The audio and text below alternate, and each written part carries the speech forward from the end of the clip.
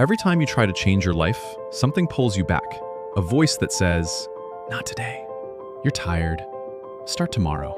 That voice sounds reasonable, but it isn't. It's your brain protecting comfort like it's survival. And until you take control, it will quietly decide your future for you. Your brain has been running the show for years. What you're about to learn is how to take that control back. Follow these in order to take control of your mind. 1. Your brain was built to hold you back. Your brain doesn't care about success. It doesn't care about potential. It doesn't care about the life you say you want. It cares about safety. Your brain evolved to avoid pain, conserve energy, and keep things familiar. That worked when humans were trying to survive. But today, survival isn't the challenge. Growth is. And growth feels dangerous to the brain. That's why discipline feels heavy. That's why ambition creates anxiety. That's why comfort always sounds like the smart option. Your brain asks one question: is this safe? Not, will this make me stronger? Not, will this improve my life? Once you understand this, something important changes. You stop thinking you're weak. You realize you've simply been following instructions from a system that was never designed for progress. 2. Name the voice. Your brain controls you best when its voice feels like truth.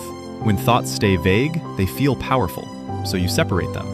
The next time you hear, "skip the workout," call it avoidance. When you hear, "I don't feel like it today," call it fear. When you hear, "I'll start tomorrow," call it delay. Labeling the thought creates distance, and distance creates control. You are not your thoughts. You are the one listening to them. Once you realize that, obedience becomes a choice instead of a habit. If this idea already makes sense to you, take a second to like the video and subscribe to the channel. This channel is for people who want control over their mind, not people looking for shortcuts. 3. Resistance is the test. Right before every level up, resistance appears. Not because you're incapable, not because you're unprepared, but because you're about to change something. Your brain creates friction to keep things familiar. It distracts you. It delays you. It fills your head with reasons that sound responsible. But if you look closely, the pattern becomes obvious. The things you avoid most are usually the things that matter most. So you stop asking, "How do I feel?" And you start asking, "What am I avoiding right now?" That answer usually points directly to the work that needs to be done. Resistance isn't a warning, it's the test. 4. Remove the gap. Most failure doesn't come from lack of discipline. It comes from hesitation. The moment a thought appears, there is a small gap before action.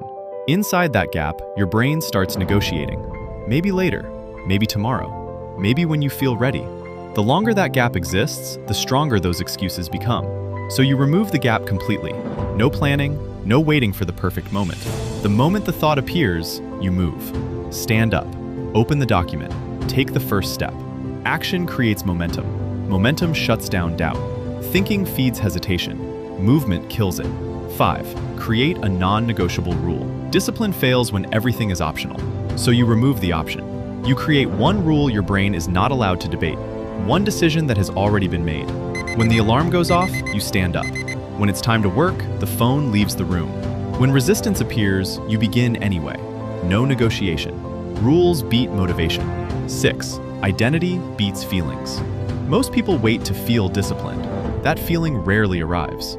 Discipline isn't an emotion, it's an identity. You stop saying, "I'm trying to improve." You start saying, "I'm someone who does hard things." Every action becomes a vote for that identity. Skip enough votes, nothing changes. Win enough votes, discipline becomes automatic. Your brain will always suggest comfort. That never stops. But now you know the truth. The voice in your head isn't always trying to help you. Sometimes it's just trying to keep things easy. And the next time it says, "Not today," you'll know exactly what to do.